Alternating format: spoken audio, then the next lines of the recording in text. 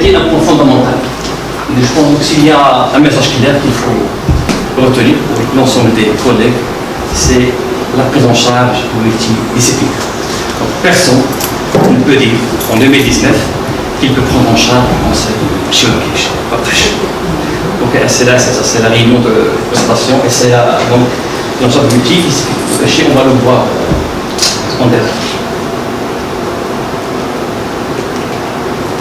Donc je passe rapidement. Donc c'est uniquement les organismes multicellullaires qui développent le cancer. Donc c'est les organismes qui ont une multiplication rapide. Donc moi qui peuvent, parce que le cancer c'est une croissance, donc on va le voir.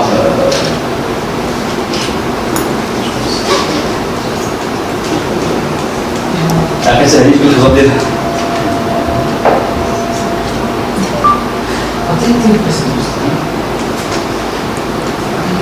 Qui est vraiment ce modèle-là, ce concept qui va parfaitement, puisque ici on va dire une cellule bronchique normale, mais un patient qui fume de façon très importante, une imprégnation tabagique pendant des années et des années, ce qui va y arriver, cette cellule malheureusement il va avoir des altérations génétiques.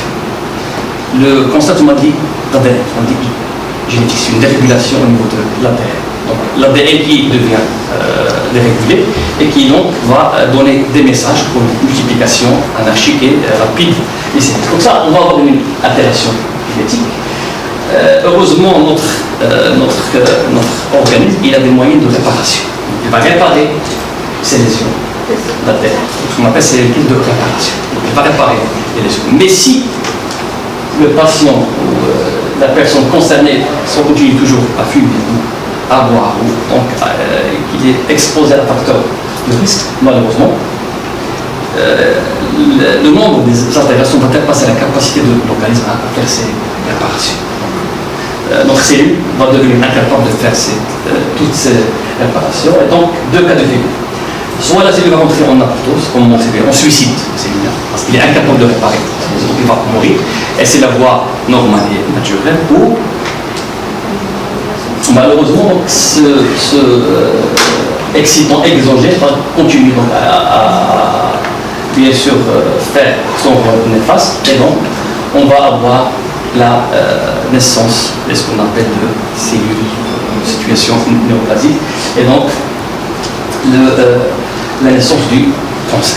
Donc de façon très schématique, en conclusion, toute agression, tout stimuli externe, tabac, alcool, obésité, sédentarité, stress, donc, va vous donner le même schéma, et généralement la naissance du cancer donc, se fait à partir de ce mécanisme.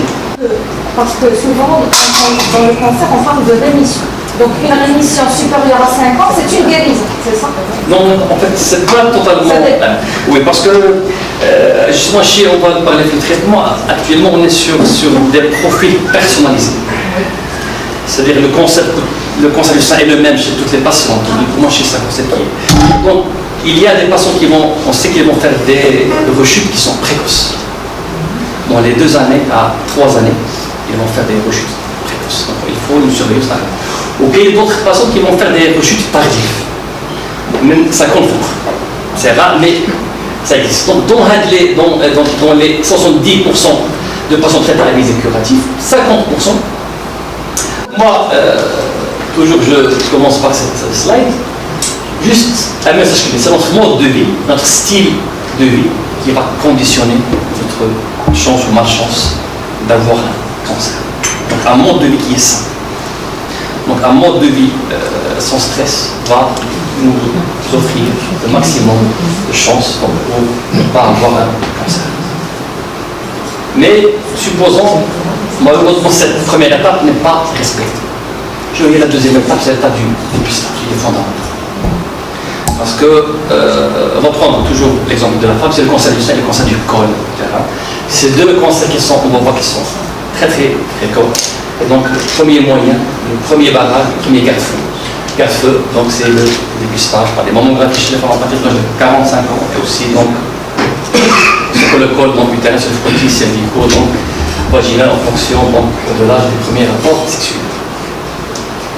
Si, malheureusement, cette étape-là n'est pas respectée, commence la phase des symptômes. Il faut savoir, lorsque cette phase-là commence, malheureusement, on est déjà en phase du cancer déclaré. Ensuite, c'est toute la cascade, diagnostic, médecin, bien sûr, généraliste, spécialiste, cancérologue, et donc c'est la phase de traitement, réinsertion, la récidive, soins palliatifs, et après, donc c'est la fin de vie. Donc, un message clair, ce qu'il faut retenir, c'est notre mode de vie conditionne les chances d'avoir un cancer. Maintenant, nous allons voir quelles sont les statistiques à l'échelle mondiale, parce qu'il faut savoir qu'est-ce qu'on traite, donc quelle est l'épidémiologie, c'est quoi le cancer, c'est les dernières statistiques publiées par l'OMS 2018. Donc l'OMS chaque 4 ans publie l'état du cancer dans le monde. Alors c'est des données récentes, les deux sexes. Donc de façon très schématique, vous avez 18 millions de nouveaux cas de cancer chaque année à travers le monde. Non pas de nouveaux cas de nouveaux cancers. Vous avez 9 millions de décès chaque année attribués au cancer. Ça veut dire quoi? Ça veut dire que presque 1% sur 2 décès. Si on va voir de façon plus détaillée, si on prend les deux sexes, le cancer le plus fréquent chez les deux sexes confondus, c'est le cancer bronchique. Le cancer de poumon. Et vous savez que le cancer de poumon, il est directement lié au tabac. Donc vous voyez que notre mode de vie vraiment, c'est un cancer qui est parfaitement évitable par un simple geste. Je dois le savoir, c'est l'éviction. Il y a quand même un message, vous, en tant que médecin, c'est agir à cette étape. Parce qu'après, nous allons voir les données qui sont effrayantes de mortalité. Après, si le cancer de poumon il est là, donc les choses sont compliquées. Mais on arrive à le prévenir, c'est idéal. Donc ça, c'est le cancer de poumon. C'est le premier cancer des deux sexes confondus. Suivi du cancer du sein, suivi du cancer colique, cancer de prostate. Après, nous allons voir les statistiques par sexe. Et concernant la mortalité, c'est le cancer de poumon qui l'emporte largement.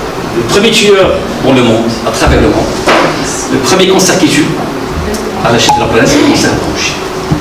Après, on va voir les statistiques en détail, suivi du cancer colorectal et après du cancer de l'estomac. Maintenant, chez l'homme. L'homme, le poumon, c'est le premier cancer chez l'homme, à travers le monde. 22% des cancers sont des cancers bronchiques chez l'homme. Suivi du cancer, c'est du carcinome hépatocellulaire. Donc, pardon, ça c'est donc là, je parle de l'accident, donc c'est le cancer de poumon, suivi bien sûr du cancer de la prostate. C'est que le cancer de la prostate, c'est un cancer qui est parfaitement lié à l'âge chez l'homme, c'est inévitable, c'est l'histoire naturelle. L'homme, à partir d'un certain âge, il a plus de chances d'avoir. Donc c'est le deuxième cancer le plus fréquent, suivi du cancer colorectal. Chez l'homme, le premier tueur, c'est le cancer de poumon. Suivi du cancer du foie, c'est le CHC, et du cancer gastrique. Chez la femme, chez la femme, l'incidence est largement dominée par le cancer plus. 25% de l'homme sont des cancers dans le monde. Chez la femme, c'est des cancers du sein. Suivi du cancer colorectal. Et ça, c'est un constat qui est très important, c'est le cancer de poumon chez la femme. Actuellement, on commence à voir le poumon qui apparaissait chez la femme. Il y a 10 ans, 15 ans. Le cancer de poumon, on ne le voyait pas chez la femme. Donc, le cancer de poumon commence à apparaître chez la femme. Je vais vous donner un exemple très concret, c'est aux États-Unis. Aux États-Unis, on avait le cancer du sein, c'est le premier cancer, et il est suivi directement du cancer de poumon chez la femme. Et même si on voit les courbes, on est en train de voir que le cancer de poumon est en augmentation, et le sein est en développement. Je pense dans un avenir proche. Et aussi, le cancer de poumon, sur le plan de mortalité aux États-Unis, c'est presque le premier chez la femme. Donc l'incidence de mortalité augmente. Tout simplement parce que les femmes sont en train de rejoindre les hommes sur ça. Peut-être que l'homme est en train de diminuer, mais malheureusement chez les femmes sont en train d'augmenter. Donc c'est ça, donc vous voyez que c'est ça, donc c'est déjà un chez la femme. Aussi on voit qu'à travers le monde c'est ça le premier tueur, mais aussi il est suivi directement du cancer de poumon chez les femmes. Déjà on voit que le poumon et le cancer colorectal, c'est ça qui est très important, il est stable. Donc chez l'homme ou chez la femme, le cancer colorectal est le troisième cancer le plus fréquent, et aussi c'est le troisième tueur chez la femme. Aussi le cancer colique, il est parfaitement lié à notre mode de vie. Et selon une alimentation qui est donc actuellement, il est démontré par une étude donc, sur des dizaines de milliers qu'une consommation trop proche. C'est presque, la séance, il est très proche de la mort. Donc ça veut dire que tous les efforts doivent être déployés, doivent être fournis pour la prévention de ces cancers. Après, nous allons voir qu'il y a des progrès thérapeutiques qui sont majeurs, ça a révolutionné, mais la prévention, ça reste. Et le sein aussi, c'est presque ça, et pour moi c'est la même incidence, 2 millions aussi. Donc vous avez 2 millions de nouveaux cas de cancer du sein et vous avez 600 000 décès. Le cancer de la prostate aussi, il est très fréquent, et le cancer colique. Maintenant, nous allons voir le Maroc. Ce qui nous intéresse, c'est le Maroc. Maintenant, nous allons voir quelles sont les dernières données. Ça, c'est notre pays. Donc, c'est des données qui sont très intéressantes. Le poumon l'emporte. Donc, au Maroc, le poumon l'emporte de façon très importante. 6 000 à peu près nouveaux cas de cancer bronchique diagnostiqués chaque année. Puis du cancer de la prostate. C'est le prostate qui en a. C'est pas suffisant parce que notre population commence à vivre. Sachez, on ne peut pas dire le cancer de la prostate il y a 10 ou 15 ans. On le voyait, mais c'était rare. Mais là-bas, le cancer de la prostate, c'est largement, c'est le deuxième cancer. C'est le quatrième cancer chez l'homme, mais il est en train de. En fait, quand on est ici, c'est presque. Ils sont en train de se rejoindre. Mais malheureusement, donc, ces cancers-là qui sont les cancers les plus fréquents. Chez la femme, vous voyez, la femme, c'est un camembert qui est très explicite. C'est même pas la peine d'expliquer, le sein qui fait ravage. À peu près, c'est 10 000 cas, c'est le tiers des patients. Mais sur suivi du cancer du col utérin, on commence toujours à voir le cancer du col, on le voit, il existe. Malheureusement, parce que le frottis n'est pas respecté, c'est original, le retard diagnostique. Et donc c'est ça, donc malheureusement, il y a. Et aussi, c'est l'hygiène de vie, tout simplement. Alors que c'est un cancer qui commence à disparaître dans les pays. Malheureusement, il est toujours le deuxième cancer. Le cancer colorectal aussi, c'est le troisième cancer, le thyroïde et l'ovaire. Le ministère de la Santé a prévu d'introduire le virus anti-HPV et le protocole du vaccin. Oui. La fillette de 9 à 12 ans. Les résultats sont démontrés, il y a un bénéfice. Oui. Prévention, bien sûr. C'est novembre. Ça montre très bien, c'est une bonne nouvelle. C'est novembre 2019. Avec ça, c'est très intéressant. Pour prévenir justement ce cancer. La scolarité ne fait 12 ans, donc, chez l'homme, les 5 cancers les plus fréquents. L'intérêt justement du dépistage du cancer du sein, le cancer c'est une maladie chronique et lorsqu'on a par exemple une tumeur de 1 cm au niveau du sein qui apparaît, sachant que l'apoptose de la cellule du sein c'est 100 jours, si on va faire un calcul, on va trouver pour arriver à 1 cm, ça a commencé 8 ou 9 ans avant. Ça a l'intérêt du dépistage. Bien sûr, c'est avant que ça apparaisse, exactement. De 1 cm, ça veut dire que 8 ou 9 ans, le processus ça a commencé. Bien sûr, c'est l'intérêt du dépistage. C'est-à-dire, si c'est déjà on pas une tumeur de 5 cm, pas pour 1 cm, donc c'est un cancer déclaré, et même parfois on a des cancers de 1 cm, ils sont très agressifs. Oui, déjà mais même quand on va les faire, même s'ils sont agressifs. Oui. Parce que donc actuellement l'agressivité, c'est pas une agressivité de taille, donc certes la taille c'est important, mais aussi c'est une agressivité biologique sur les caractéristiques donc, biologiques et moléculaires de la tumeur. Aussi, donc, on a donc 6 000 nouveaux cas de cancer de poumon et on a, vous voyez, 5 000 décès au Maroc. C'est-à-dire tous les cas aussi au Maroc diagnostiqués du cancer bronchique, décès aussi, donc la prostate. Donc bref, le cancer au Maroc dans les 5 années à venir va être multiplié par 2 voire 3 et le nombre de nouveaux cas va passer de 42 000 à 40 000 à 80 000 nouveaux cas de cancer dans les 5 années à venir. Donc ça veut dire qu'il faut qu'on soit tous préparés donc, à faire face malheureusement à cette explosion épidémiologique de cancer dans notre pays. Donc, bien sûr, avoir tous les moyens nécessaires. Et s'il y a donc. Pour les causes de décès, est-ce que c'est le cancer lui-même ou bien les complications thérapeutiques En fait, c'est factoriel. Mais le message à retenir, c'est que la majorité de ces cancers-là, si on prend le cancer du poumon, si justement donc, on va le voir tout de suite pour donc répondre à cette question-là, je passe rapidement, donc on a deux registres au Maroc, Casablanca qui sont publiés officiels, le registre de Casablanca, donc c'est les mêmes statistiques.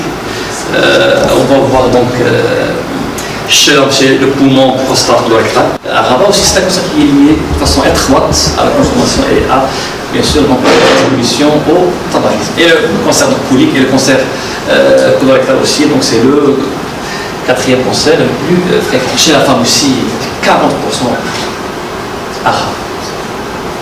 Vous voyez, c'est vraiment très parlant. Suivi du cancer du col utérin, 10% et du cancer colique, 4%.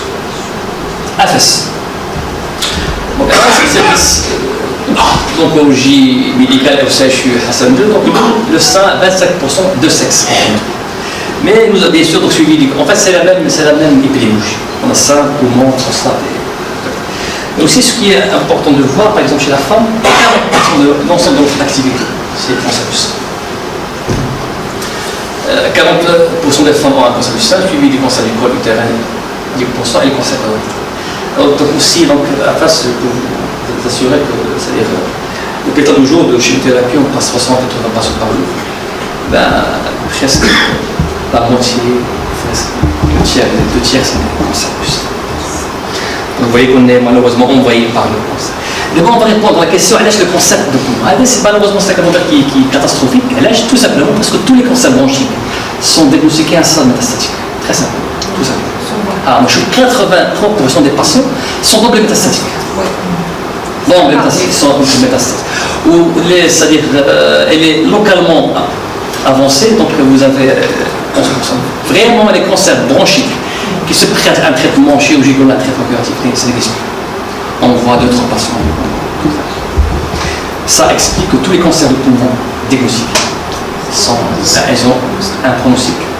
Est-ce qu'il y a un dépistage du cancer du poumon dans le pays industrialisé, le cancer du sein? C'est une très bonne question. On a une étude récente qui a été publiée aux États-Unis, publiée dans le LEG, sur 50 000 individus. Donc on a mené une étude prospective randomisée. On a comparé la sélection, on fait une radiographie pulmonaire. Là, on fait un scanner à faible dose. Des patients, bien sûr, des patients à risque. Mais on a pu démontrer de façon très statistiquement significative qu'un scanner faible dose chez des patients à risque réduit la mortalité par cancer bronchique de 20%. Un scanner par an? Oui, c'est un scanner par an. C'est des patients, bien sûr, sélectionnés. De grand tabagisme. Oui, c'est ça. En fait, il y a tous des critères de sélection, mais chez des patients à risque, donc c'est significatif. Si on arrive à repérer un des patients et on leur fait un scanner, parce que ça nous permet de diagnostiquer des cancers à des stades précoces et leur proposer des traitements qui sont plus ou moins curatifs. Donc c'est ça. C'est qu'il ne faut pas oublier les oubliés de l'histoire. Les gens qui font leur cancer et qui meurent de leur cancer, qui ne sont même pas dans nos institutions médicalisées. Parce que, et moto là qui me des voies parallèles, qui font leur cancer et qui meurent. Donc on n'a même pas, ils ne sont même pas recensés dans les registres déjà pour avoir l'accès aux soins. Donc, les messages à retenir, vraiment, ça me brûle. Et aussi, c'est des effets secondaires de la chimiothérapie. Par exemple, on a un patient qui a un cancer. Malheureusement, on a vu que des expertises. D'ailleurs, je vais pas montrer les statistiques. Tazas, je pense que Tazas, c'est la deuxième ville après Nas. En termes de patients, donc on a une grande population qui vient de Taza. Je suis avec une patiente qui a un cancer du sein, qui va faire sa chimiothérapie à Fès. Il habite à Taza. On sait que dans le sein, entre chaque cure, il y a 3 semaines. Cette patiente va venir ici, va venir à Taza. Elle a fait sa cure de chimiothérapie, 5e, 6e, 12e jour, elle va faire une fièvre. C'est vraiment la vigile sur l'hôpital, sur la médecin. Bien sûr, si le médecin n'est pas averti, ce n'est pas parce que la première urgence vitale, c'est notre chimiothérapie. Donc, toute patient qui fait une chimiothérapie, dans les 5 jours à venir, 8 jours, il va faire une baisse de son immunité, il peut faire une neutropénie. Donc, neutropénie fébrile, chimio, c'est la complication la plus hôpital, il est mortel. S'il n'est pas dans les 4 heures, il est donc diagnostiqué par tout médecin, c'est doit diagnostiquer. Parce que c'est très très simple. Les patients cancéreux, là, c'est là, il est sur ce patient, c'est chimio. Première question, moi je suis un cancer, des chimio, une fois pour tout médecin, la fièvre, la patient qui a fait que thérapie, voilà, ça c'est l'entropie fébrile, la NFS en extrême. Même les résidents et les médecins formation, ils oublient de donner que la NFS est pire. Parce que si on va le diagnostic dans les 4 heures, on peut dire que c'est le choc septique qui s'est décidé. Donc, comme une patiente qui se traite à face avec des curatifs, c'est un cancer localisé, on risque de la perte de béton. Parce qu'un diagnostic, un effet secondaire, il doit être diagnostiqué de façon en premier lieu n'a pas été fait. Mais malheureusement, on a vu des patients qui ont fait de la chimiothérapie avec des curatifs, le diagnostic n'a pas été fait, soit on a un hôpital décédé. C'est pas dans quelle ville. Justement, on les reçoit dans nos services, service de médecine femme, on a l'anémie post-chimiothérapie et on a le problème infectieux. L'anémie, ça ne dérange pas, parce que c'est parfois, c'est des anémies profondes. Chroniques. Le terrain et tout ça. Mais on peut parler de l'anémie, c'est des transmissions, mais la neutropénie, il est mortel. Neutropénie, il est mortel, c'est le choc septique immédiat. C'est imprévisible. N'importe quelle valeur, vous parlez de la neutropénie, moins de 500. Là, donc c'est moins de 500. Très bien. Mais toute si un patient qui fait une thérapie, ça doit vraiment être. Donc, si on les reçoit, bien que vous le معليش باش نمشي في الشيء, احنا نحاولوا نديروا une triple antibiothérapie. Alors, j'aimerais bien savoir sur le plan pratique ce qu'on pourrait faire à notre niveau avant de voir Si la première chose, c'est moi poser le diagnostic. Donc une fois diagnostic, il est fait sur antibiothérapie, ce qu'on appelle probabiliste à l'aveugle. Par une céphalosporine, par un bêta-lactamine et envoyer le patient en urgence. D'accord. Donc une monothérapie, généralement, l'antibiothérapie essentielle, c'est une bêta-lactamine, donc acétamidinique ou céphalosporine, associée à une autre, soit de la gentamicine, soit des kilomètres. En fait, c'est au cas par cas. Parce qu'après, on va rentrer les détails. C'est l'état du patient, c'est l'âge du patient, le type de protocole de thérapie pour bien adapter. Mais ce qui est fondamentalement, c'est qu'est-ce que vous allez faire de plus à faire en dehors de l'antibiothérapie? En fait, la neutropénie, c'est un sujet qui est juste une petite remarque. Donc, devant l'urgence de la neutropénie fébrile ou pas. D'accord.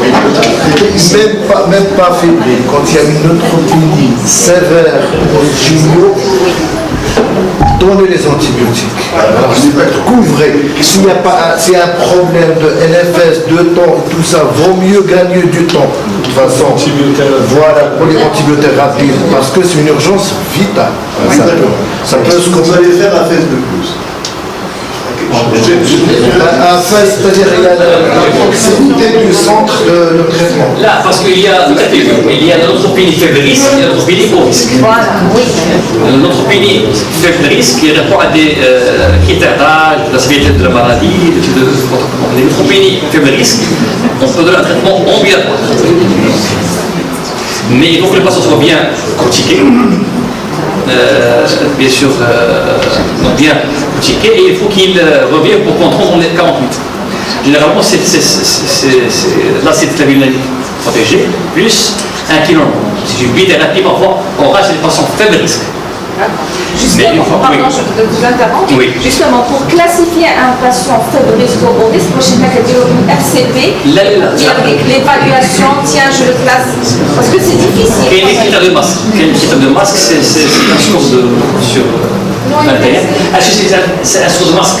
Un score de masque, c'est un score qu'il y a 5 ou 6 items, c'est l'âge du patient, la sévérité du protocole de chimiothérapie, c'est l'état, c'est les consommés, donc c'est tout un score à... Parce que je vois que pour l'évaluation chez les oncologues, ils utilisent deux, l'OMS et le Kravlovski, quelque chose comme ça, et le souvent, ils utilisent l'OMS. Là, l'OMS, c'est pour l'évaluation de l'état général.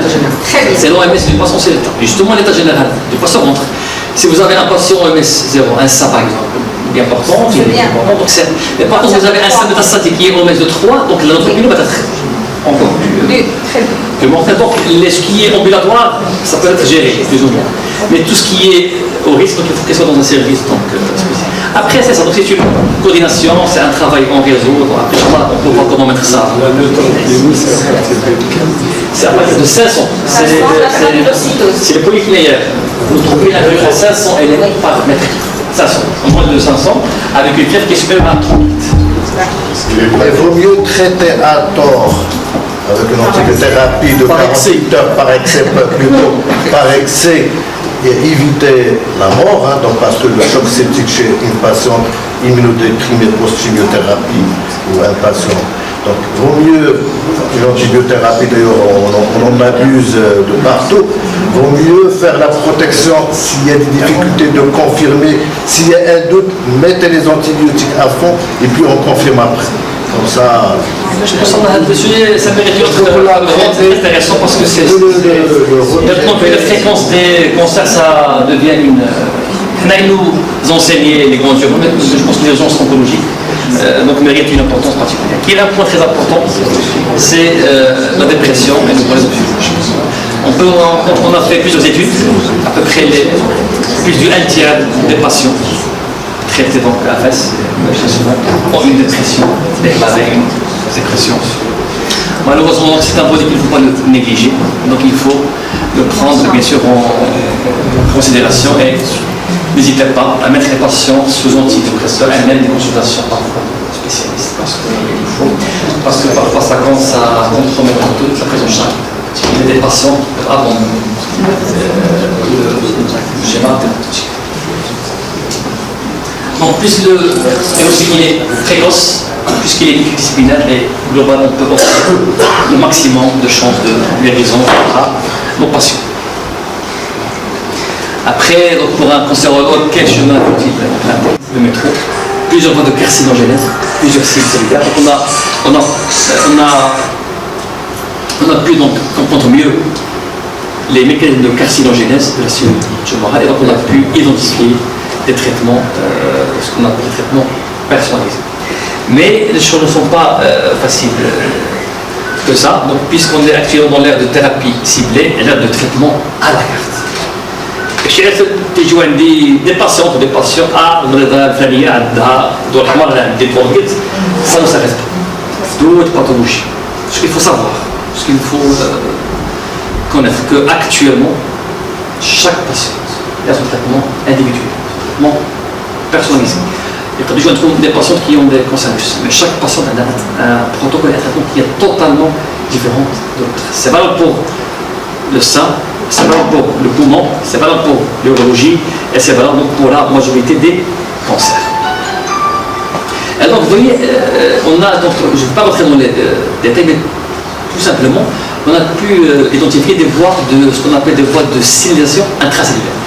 Des voies, lorsqu'ils sont activés par des facteurs de croissance, qui vont se fixer sur le domaine extracellulaire d'un récepteur, ils vont transmettre un message.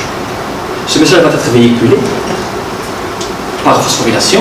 Il va donc être traduit à l'échelle du noyau pour coder à des protéines. Les protéines, c'est des protéines de survie cellulaire, de prolifération cellulaire, d'autogénèse et de potentiel métastatique. Donc, le signal, c'est lui qui confère, c'est lui qui va rendre la cellule folle et c'est lui qui va rendre une cellule cancéreuse agressive.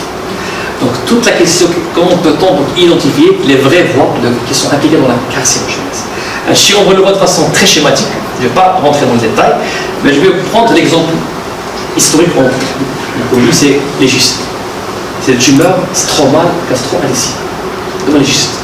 Les tumeurs stromales gastro-intestinales ont été réputées comme des tumeurs très chimio-résistantes.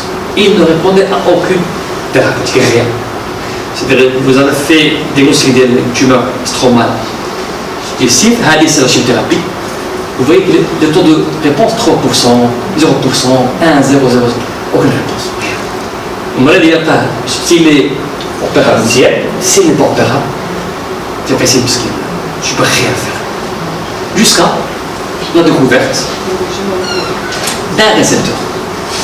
Le récepteur CKIT aussi, donc c'est un récepteur transmembranaire aussi, activité tyrosine kinase. Donc on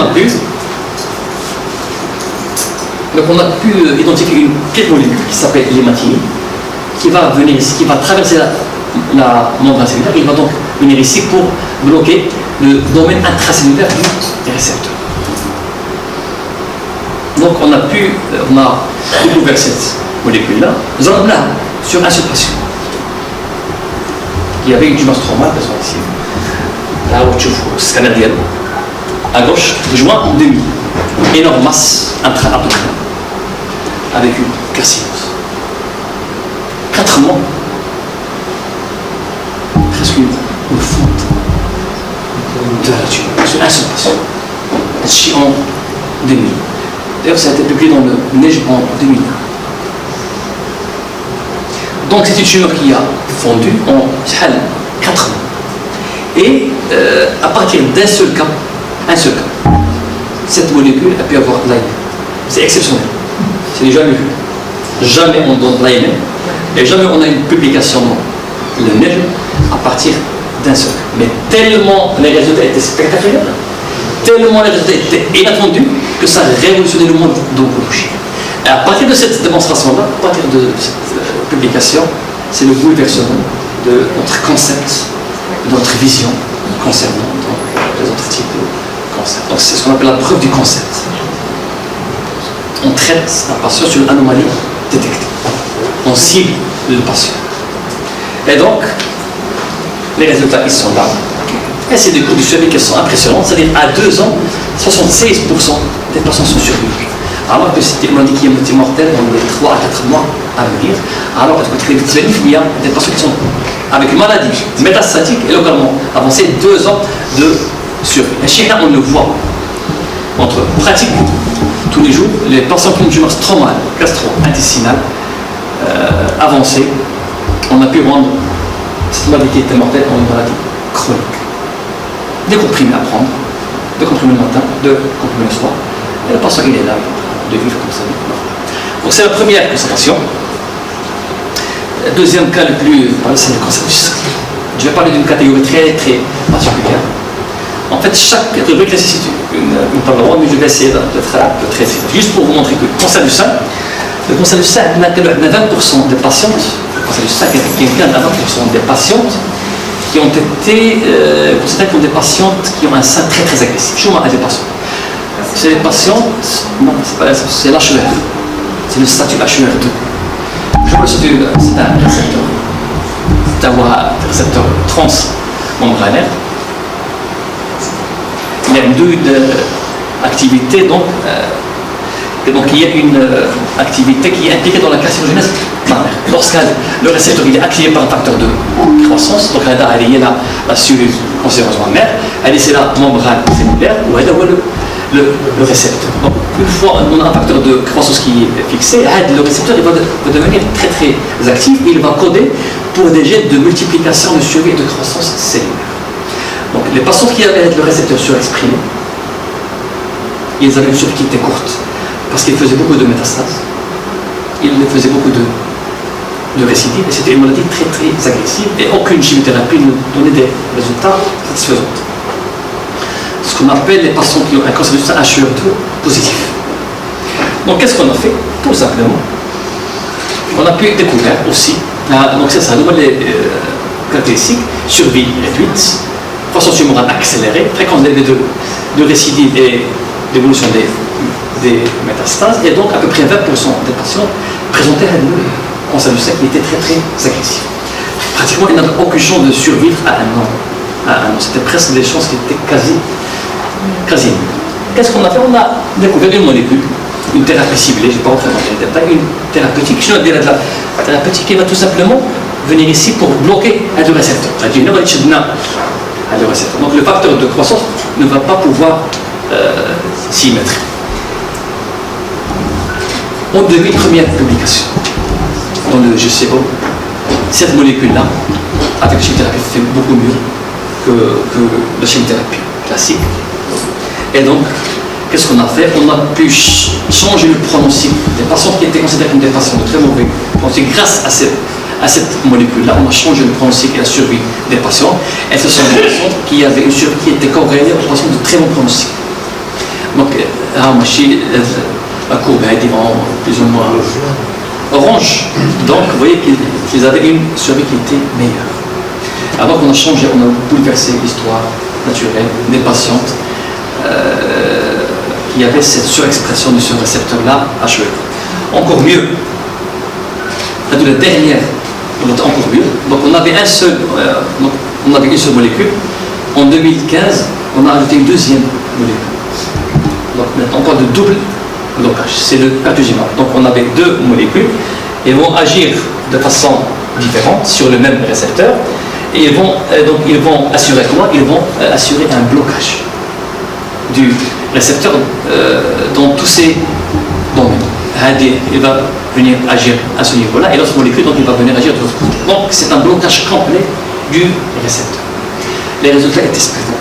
Ils étaient présentés donc dans les sessions plénières aux États-Unis et en Europe. Donc chez les patients qui ont un cancer du sein métastatique HER2 positif, un double blocage va transformer les patients de façon radicale. Ça veut dire quoi? La survie des patients de il est passé chez les patients métastatiques. La survie à 5 ans. On est à 5 ans de survie de patients métastatiques grâce à ce là, dans notre expérience, j'avais une patiente que j'ai vue en consultation. Il avait un cancer du sang avec des métastases osseuses diffuses et des métastases médecines. C'était une patiente qui était déclarée comme stade 4 palliatif. On a fait des diagnostics histologiques, immunohistochimiques ou moléculaires, patiente HER2 positif. GENA, diagnostic. Qu'est-ce qu'on a fait? Bon, on a mis cette patiente sous cette nouvelle, 4 ans, sur cette nouvelle association. Et je me rappelais à l'époque que la CNSS m'a donné l'accord qu'il a acheté. Donc juste à titre informatif, la cure il coûte 60 000 dirhams, 7 000, une cure. Et c'est des cures non-stop. La patiente il a acheté sans... Je pense qu'il a acheté trop la 4 cures avant de lui donner le cours. Donc on a fait la chimiothérapie, 3 cures on fait un PET scan, parce qu'on a fait une évaluation par PET scan. À Rabat, une régression de 70% de la taille des métastases. La recherche de ces récepteurs, ça se fait ici.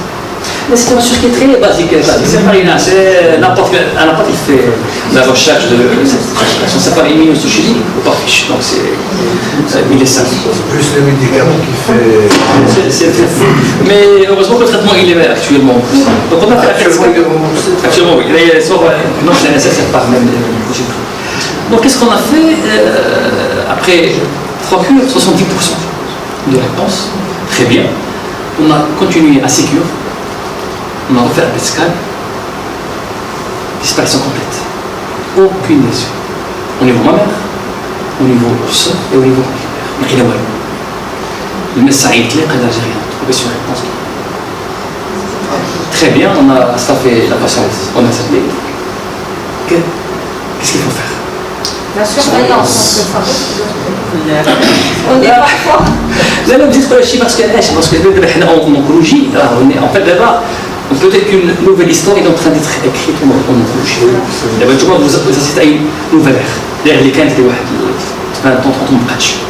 On est dans une nouvelle ère où même nous aussi en tant qu'on est en train de découvrir. Essayer de se réadapter. Qu'est-ce qu'il faut faire? Bien sûr. Parce que واحد كان ما عمر الباسيون métastatique c'est tous les on n'a jamais vu une patiente qui a des métastases. C'est devenu chronique. C'était une maladie mortelle, c'est devenu une même mieux, une rémission complète. C'est chronique, tu as une maladie résiduelle, mais tu n'as rien. Par exemple, d'ailleurs, je pense que parenthèse, il avait un moral qui est excellent. Et voilà, c'est deux messages. Plus la psychologie, plus l'esprit de ça nous a aidé énormément. Rémission complète, qu'est-ce qu'on fait? On a staffé la patiente. Qu'est-ce qu'on a dit? On s'est dit, ce patient, donc, qui était métastatique, actuellement il est en rémission. On va lui donner toutes ses chances. C'est la reconsidère que le patient au stade localisé. Donc on a fait la mastectomie, on a traité de façon curative. C'était que le pronostic a été bouleversé, il était métastatique, il est devenu localisé, on a fait de façon curative. On a fait la chirurgie, la mastectomie, le curage millionnaire, la chimiothérapie, pardon, la chimiothérapie et la radiothérapie, comme patiente. On n'a pas fait de repère alors. Et ce parce qu'on ne s'attendait pas à cette. Donc on a fait toute une. On a fait une ablation du sein complète. Donc, pardon, sur le plan pratique, disparition même histologique. Qu'est-ce que ça fait la guerre? vous avez terminé l'histoire de ce patient.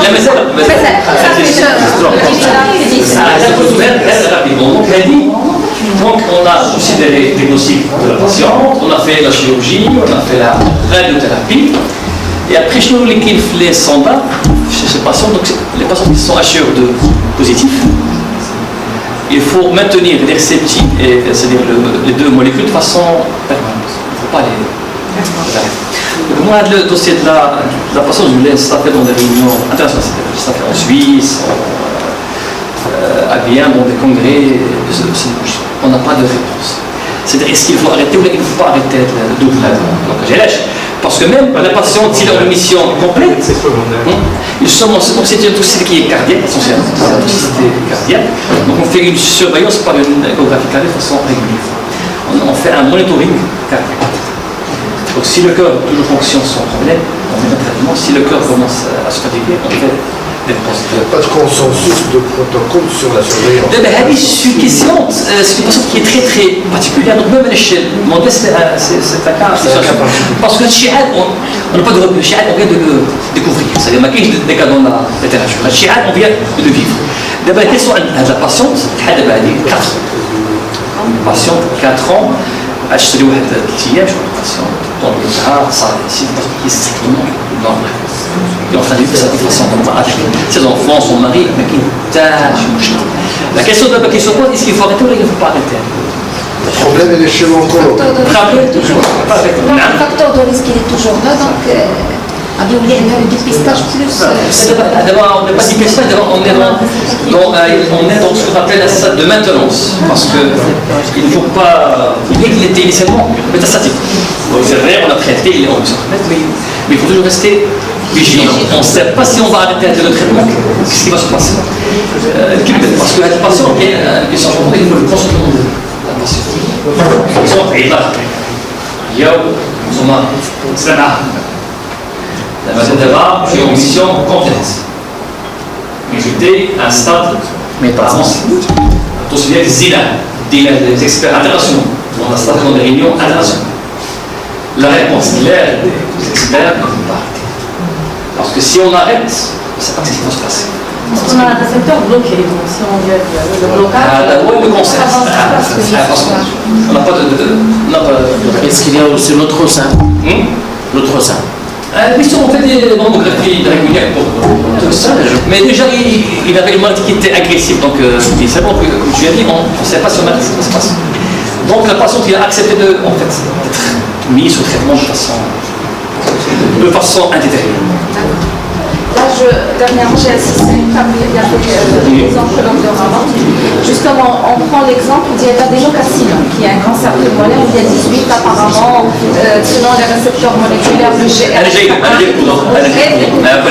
Et donc, si on prend 2 personnes, les deux ont un adénocarcinome, selon qu'il a le récepteur EGRF1, donc il va répondre à l'anti-EGRF1, l'autre non, donc il ne va pas répondre. Apparemment, lorsqu'on a un traitement, on vise par un traitement palliatif et on commence un traitement par exemple anti-EGF1. Apparemment, le palliatif, durant la première année, après 1 an et demi, là, il y a une résistance, il y a une réponse spectaculaire au début. Oui.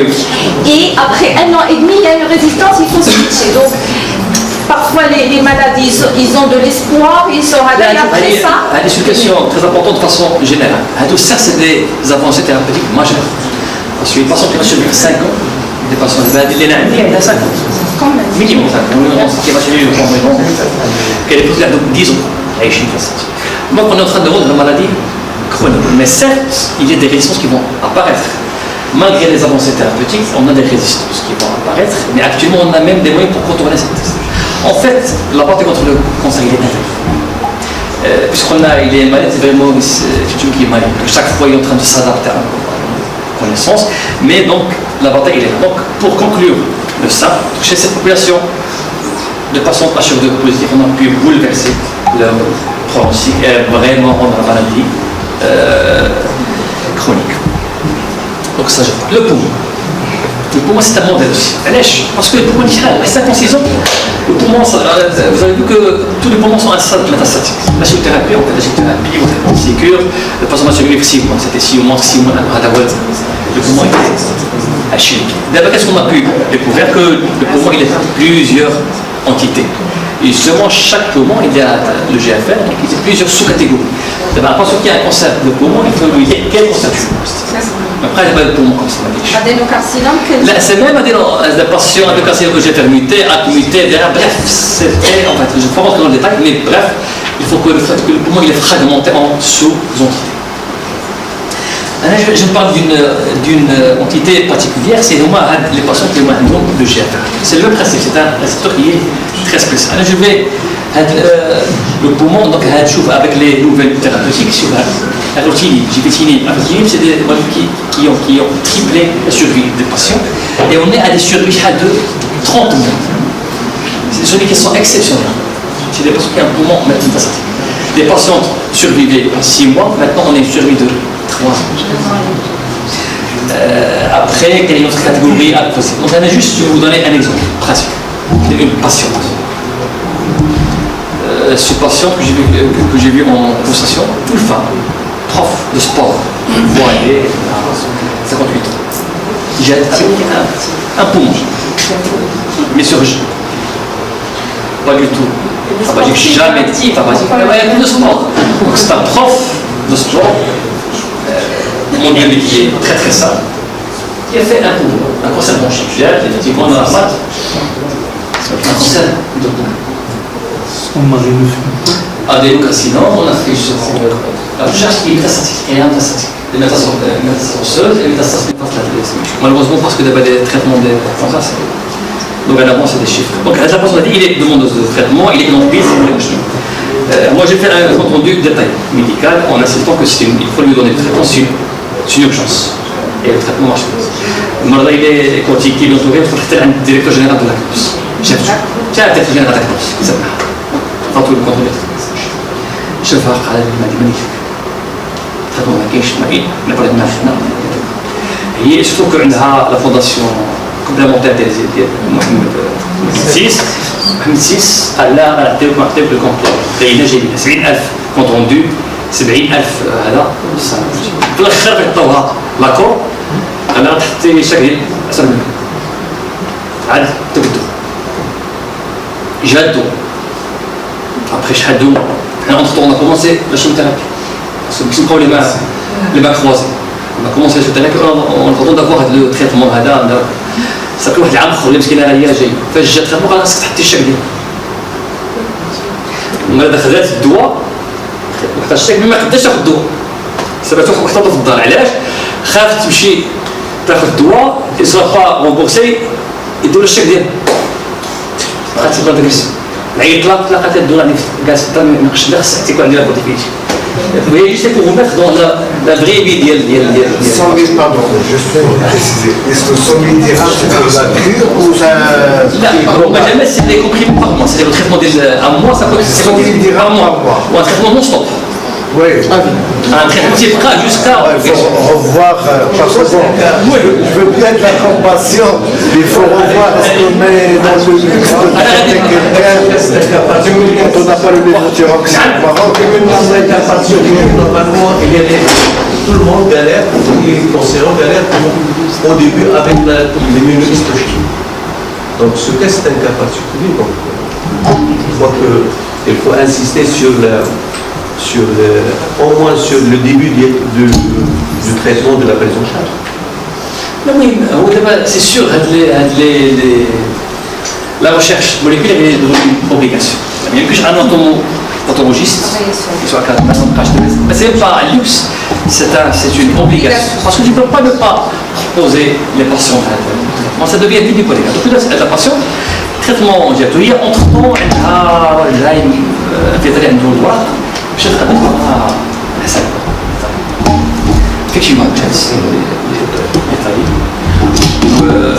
donc il a changé son traitement, من l'Italie gratuitement. جات عندي هاد الشتا سيمانه الصعب été changé. قالت لي راه مشيت تما كولدي عطوني تريتمون بحال عطوني شاف دوسي ميديكال فيسلي مقال لا ميوتاسيون عطاها تريتمون عندي بيت سكار سباغيسيون براسك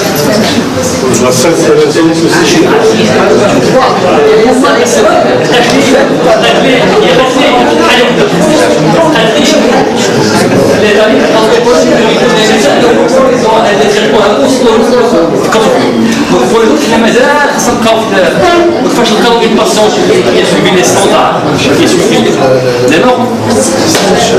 Mais on se fait chaque mois. Des gens aux États-Unis pour ils sont à plusieurs volets, mais surtout un volet médical et un volet scientifique. Quand on voit le concept de poumon chez les patients sélectionnés et devenir aussi une maladie, on peut le rendre une maladie plus ou moins chronique.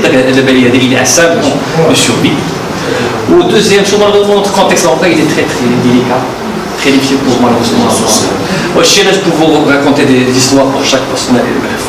Juste pour conclure, c'est l'immunothérapie. D'abord, je suis dans l'immunothérapie. C'est à la mode. Mais je suis patient, il faut l'indi. Mais là, c'est là.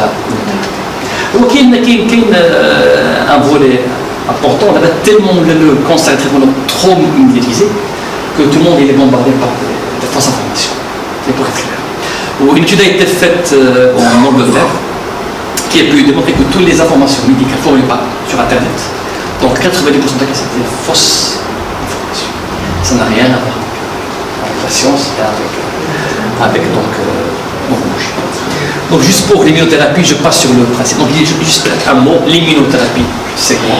C'est juste cibler notre système immunitaire et rendre notre système immunitaire capable de détruire les cellules cancéreuses. Donc on va réveiller notre immunité.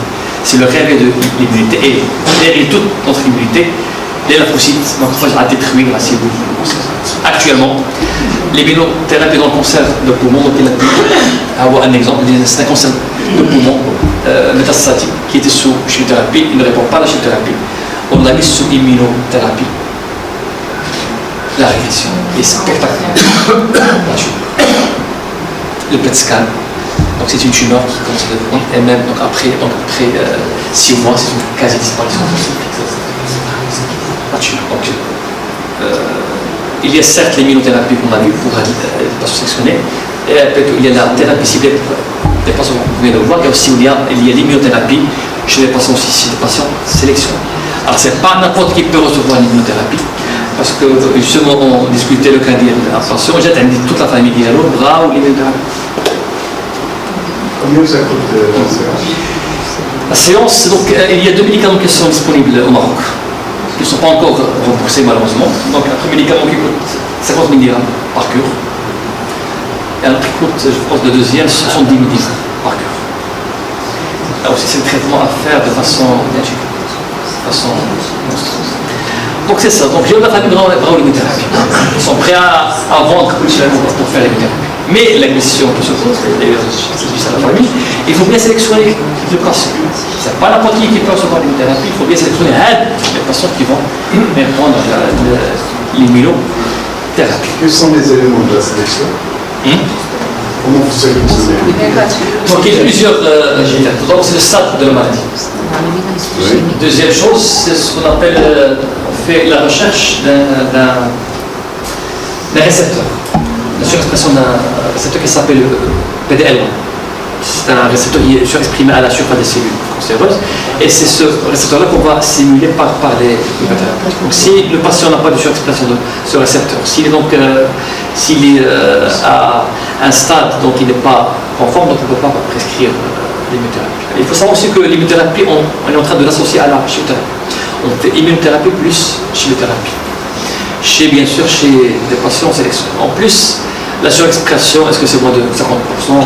Enfin, c'est des trucs qui sont un peu techniques, oui. C'est des thèmes qui ont d'autres implications dans l'oncologie.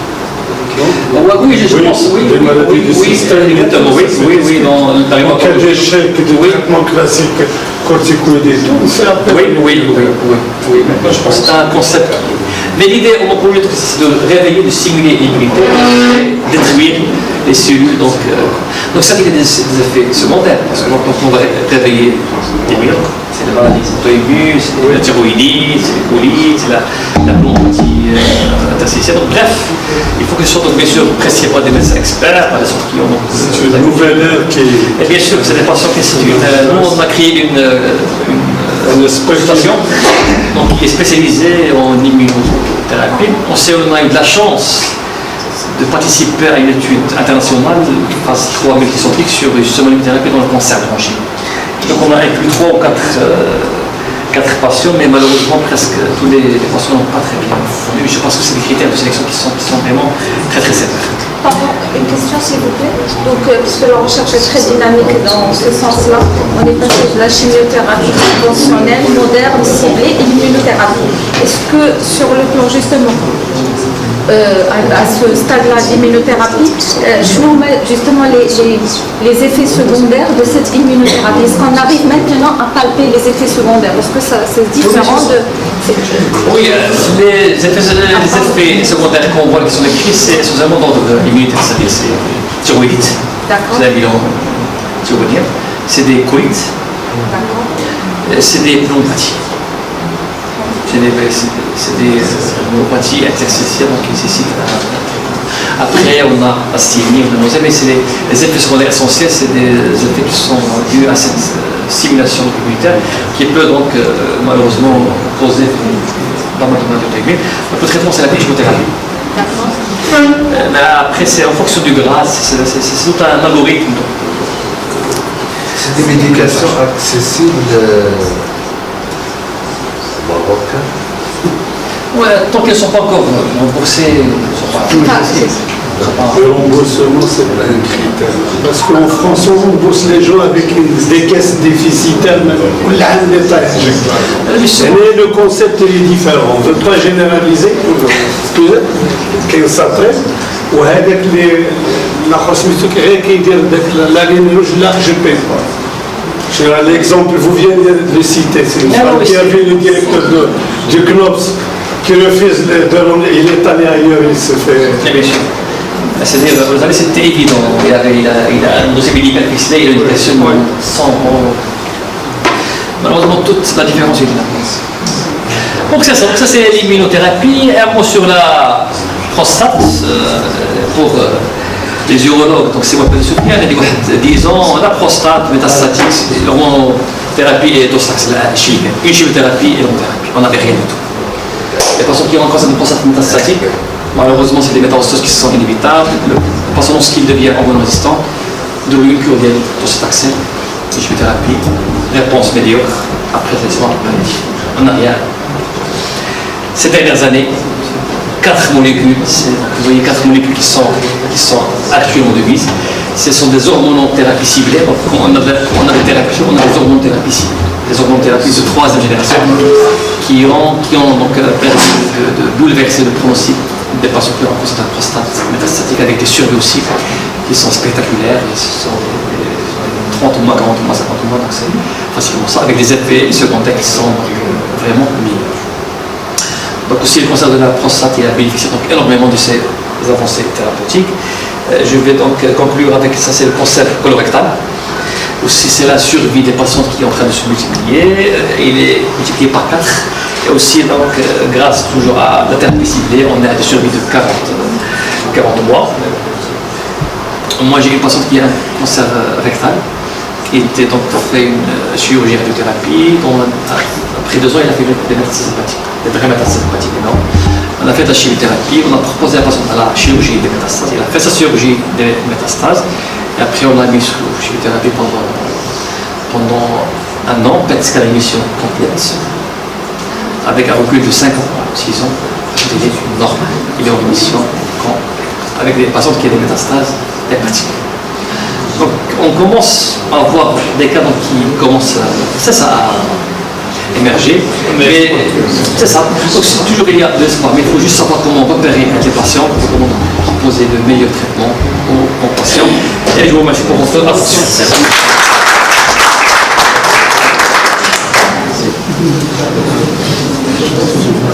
Pardon, les questions.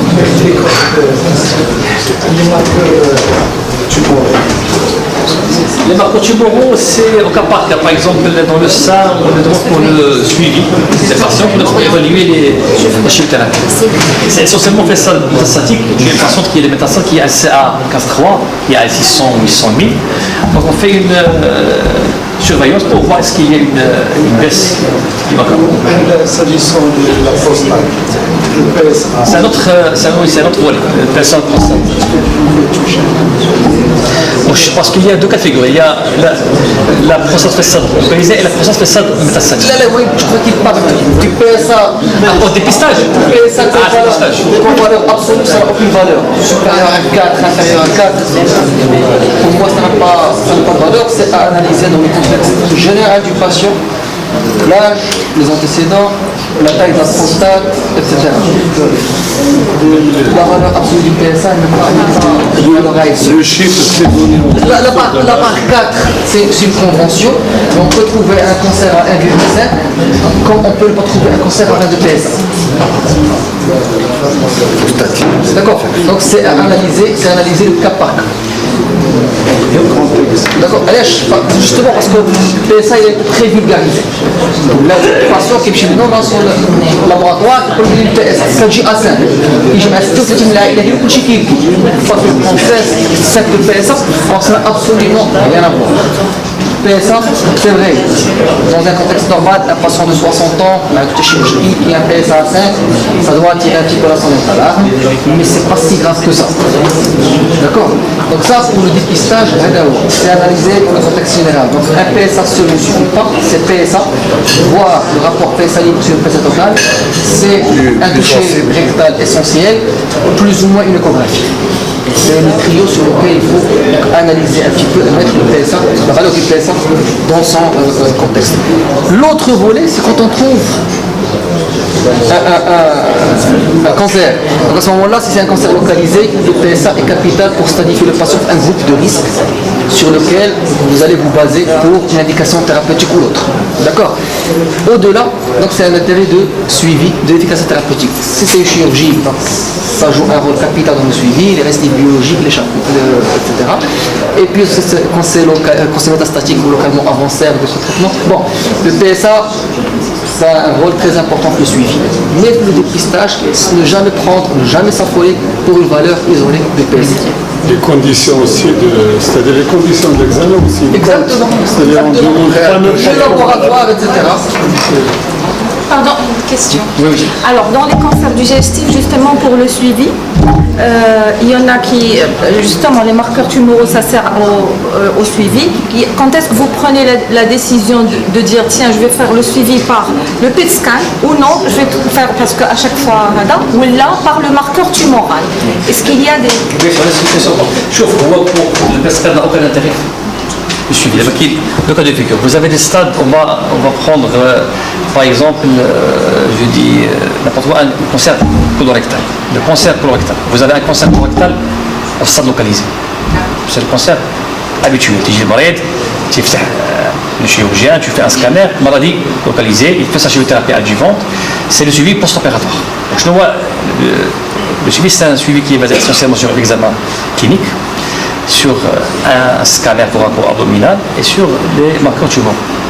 Donc ça rythme à faire tous les 3 mois pendant les 2 premières années, tous les 6 mois dans les 3 années, après annuel. Après on change le scanner par une radioéchographie abdominale. En fait c'est des choses. Mais je vais prendre un exemple qui est très fréquent, c'est le cancer du sein. Parce que tout le monde stresse avec le CA15-3. On dit que le femme opérée, il stresse. CA15-3, il n'est pas recommandé pour le suivi. C'est très important parce que les marqueurs tumoraux, c'est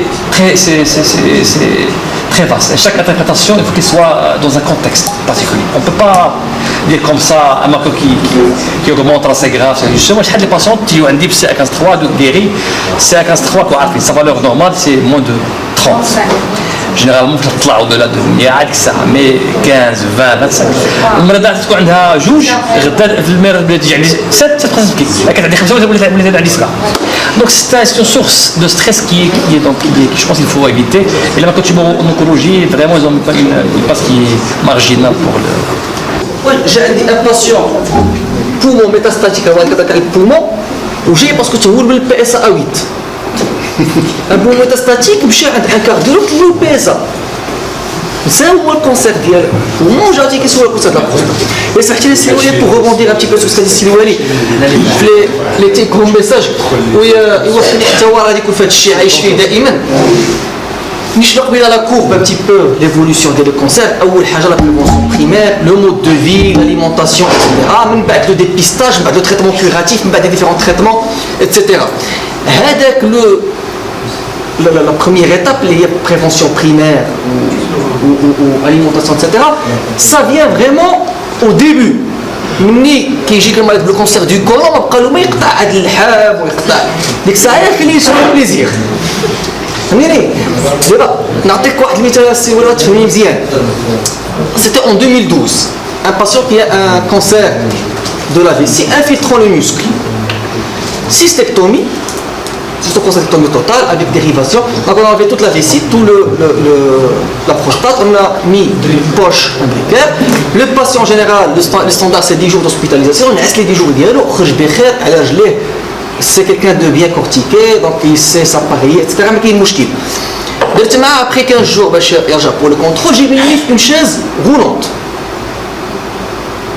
ما ياك لاباس قلت خرجت لا فامي سولته قال لي راه قطعوا لي اللحم قطعوا لي البيض قطعوا لي الدجاج قطعوا لي الحوت tout ce qui il dénutrit le patient qui a échappé au cancer اللي غادي يموت بالجوع يموت بالجوع بحال السبيل 46 فهمتيني عامل يقول لا اقسم بالله سميتو هو يقول لك راه هو لي باسيون يوميا نفس هذا المشكل كيجيو باسكو لقد سمعنا في الراديو الحليب هو اللي كيدير الكونسير ولا شاشه العظام والاخر ما عرفتش شنو كيدير حيدوا له كلشي il faut insister بالنسبه ان باسيون اللي خاصو des apports énergétiques extraordinaires pour se restaurer pour récupérer une opération très lourde tu lui mets de la dénutrition tu ne perds pas le cancer et tu le perds de la dénutrition c'est des patients qui doivent être les conditions de stress les moins possibles déjà de le stress du cancer ديال ما تاكلش هذيك ولا هذه ما تاكلش هذه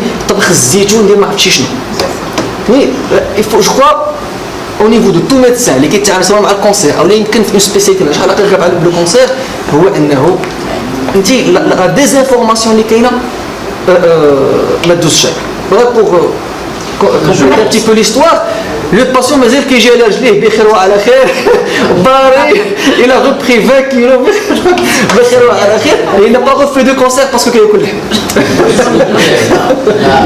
parmi c'est un traitement complet في الحقيقة يعني lorsqu'on dit un traitement complet c'est un traitement اللي واس يقولوا chimique ou moléculaire ou داكشي اللي بغيتي mais aussi il faut qu'il y a des mesures d'accompagnement sur le plan social sur le plan économique sur le plan psychologique comme ça vous informez l'entourage ديالو على هاد les problèmes هادو في الحقيقة le traitement la façon de traitement il faut changer pour bien sûr يعني arriver à le but هذا اللي قلت عليه هذاك الشيء لأن سي مالوغو تشوف هادشي دابا تداويتي ودرتي واحد بجوج وفي التالي يجيك على شي زغرو سي فغي دونك الاستاذ قبات كيهضر على المالاد ما عندوش هذا راه كاين لو سوسيال والسي فهمتي دونك وي سي ان بروبليم سوسيال دونك هذا لو تريتمون اللي قلت عليه كومبلي خصو يكون فيه حتى لو سوسيال يعني ما تقدرش سورتو حنا في واحد لو كونتكست اللي عندنا دي جون كي سون ديميني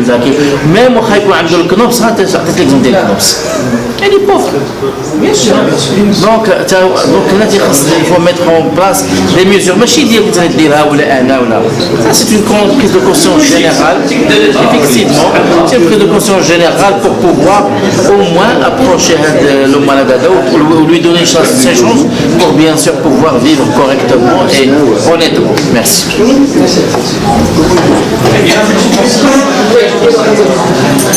Pour les concerts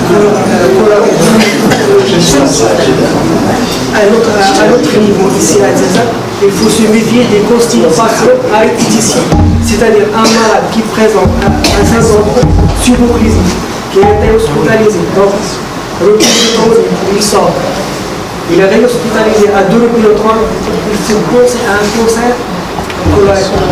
Donc on a avec 3 malades.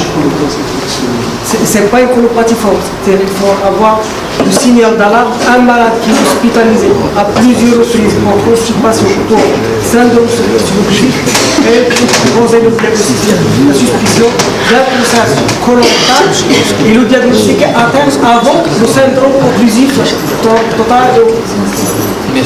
À ce stade, il faut un traitement qui est tard. Ça c'est clair. Le diagnostic qui est précoce, plus on est pas sur le maximum. Allez, avant de conclure, comme dit Sophie, c'est-à-dire on passe la moitié de notre consultation avec l'alimentation. C'est des choses qui sont impressionnantes.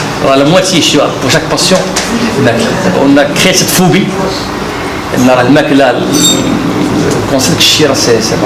On passe la moitié, on est vraiment parce que c'est des conduits, c'est des pratiques, on est bombardé par الشيء يسموه كل شيء في البلاص واش نطبخ البصله مع راني كندير العسل ما عرفتش شنو واش صاماش واش هادشي صراحه ساوي سي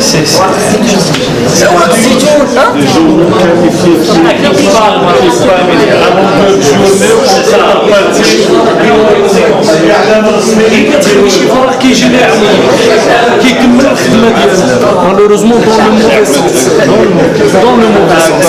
اذا كنشكركم جميعا على الحضور كنشكر الاستاذ مجددا على المجهود اللي قام به